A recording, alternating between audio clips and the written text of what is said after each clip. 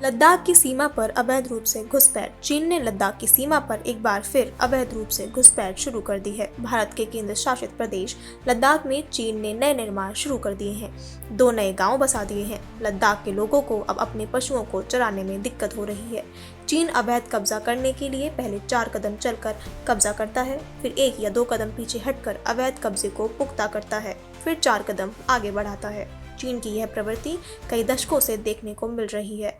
इस बार विदेश मंत्रालय के प्रवक्ता ने लद्दाख क्षेत्र में जो अवैध कब्जा चीन ने किया है उस पर नाराजगी जताई है। चीन ने तिब्बत की सीमा पर बह रही ब्रह्मपुत्र नदी पर दुनिया का सबसे बड़ा बांध बनाने का काम शुरू कर दिया है, जिसके कारण भारत के हितों को बाधित करने का काम चीन कर रहा है। लद्दाख के स्थानीय लोग बार बार केंद्र सरकार को आगाह कर रहे हैं। लद्दाख की सीमा पर बड़ी तेजी के साथ चीन अपना अवैध काम बढ़ाता जा रहा है। केंद्रीय विदेश मंत्री जयशंकर ने कुछ साल पहले यह कहकर भारत से अधिक शक्तिशाली चीन है, हम उससे कैसे लड़ाई कर सकते हैं, अपनी कमजोरी बता दी थी। गलवान में चीन ने जब अवैध कब्जा किया था उस समय भारत सरकार ने यह कह दिया, ना कोई कब्जा हुआ है ना कोई कब्जा होने देंगे। उसके बाद से ही चीन ने लद्दाख और तिब्बत में धीरे धीरे अपना कब्जा बढ़ाना शुरू कर दिया। चीन भारत की कमजोरी को समझ गया है। रही सही कसर अब अमेरिका पूरी कर रहा है। पिछले 10 वर्षों में भारत सरकार की विदेश नीति में बड़े बदलाव हुए हैं। व्यापारिक हितों को देखते हुए भारत सरकार ने रूस, चीन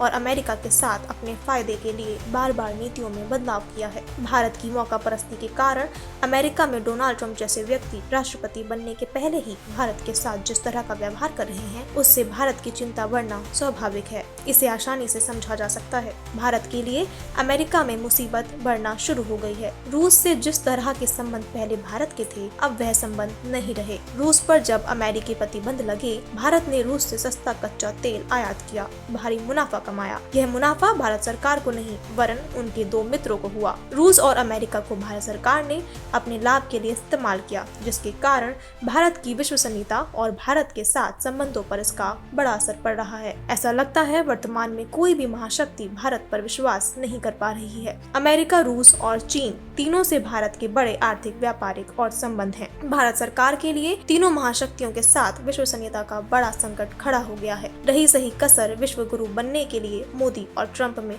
होड़ लग गई है। भारतीय प्रधानमंत्री मोदी अपने आप को विश्व गुरु बताते हैं। विश्व गुरु बनने की आकांक्षा में अब डोनाल्ड ट्रंप भी जुड़ गए हैं। अमेरिका राष्ट्रपति पद के चुनाव के समय नरेंद्र मोदी अमेरिका गए थे। उन्होंने डोनाल्ड ट्रंप से बात करना गवारा नहीं समझा, जबकि डोनाल्ड ट्रंप उनसे संपर्क कर रहे थे, जिसके कारण डोनाल्ड ट्रंप और मोदी के रिश्तों में तनाव आ गया। जो बयान अभी डोनाल्ड ट्रंप के आ रहे हैं उससे स्पष्ट रूप से यह समझ आ रहा है दोस्त दोस्त ना रहा। वर्तमान स्थिति में भारत सरकार को अपनी विदेश नीति और महाशक्तियों के साथ अपने संबंधों को लेकर पुनः विचार करने की जरूरत है। वर्तमान स्थिति को देखकर यह कहा जा सकता है सारे विश्व में आर्थिक मंदी का नया दौर शुरू हो गया है। ऐसी स्थिति में भारत सरकार को सोच समझकर आगे बढ़ना होगा। यही अब समय की पुकार है।